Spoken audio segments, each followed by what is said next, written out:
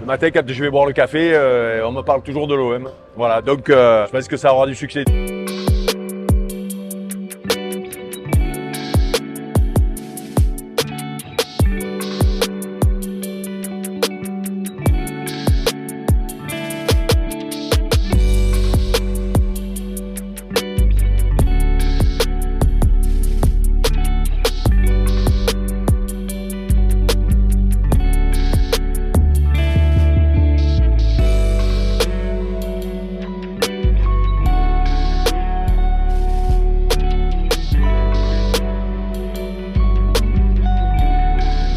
La une du premier numéro qui est consacrée à Dimitri Payet.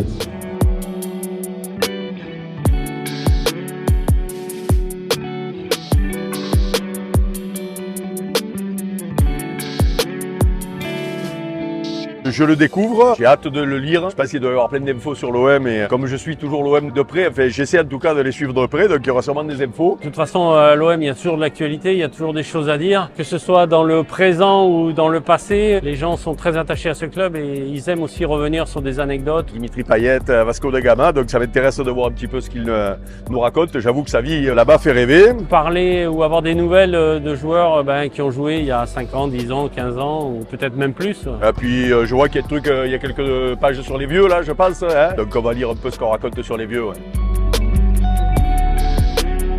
On est sur un produit qui rassemble toutes les générations de supporters. L'idée, c'est de parler de l'OM dans toutes ses composantes, c'est-à-dire joueurs, anciens joueurs. On va faire pas mal de dossiers forts sur l'actualité, des enquêtes fouillées, des interviews exclusives. On retracer un peu les grandes épopées de l'histoire de l'OM. L'idée, c'est de faire raconter aux anciens des anecdotes qu'ils n'ont jamais racontées. Il y aura des dessins intérieurs, il y a des jeux, il y a une bande dessinée, il y a un poster, qu'on puisse le garder. Et on s'est dit, on va faire renaître l'idée du poster chaque semaine, le poster XXL, qu'un enfant ou qu'un adolescent ou même qu'un parent puisse afficher dans sa chambre. On peut le faire comme format papier et c'est pour ça qu'on se dit que c'est un produit que les gens ont envie d'avoir entre les mains.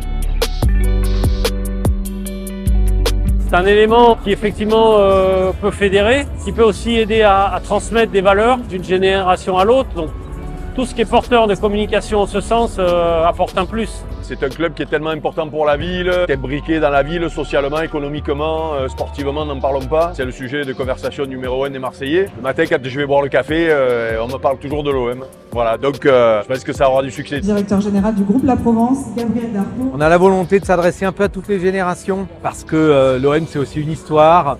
C'est parfois de la nostalgie, mais c'est aussi de l'actualité, c'est aussi des enquêtes et des reportages. C'est ce cocktail-là dont on va traiter.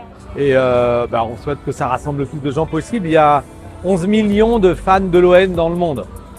Pendant que si on pourrait en intéresser ne serait-ce que 10%, on serait content.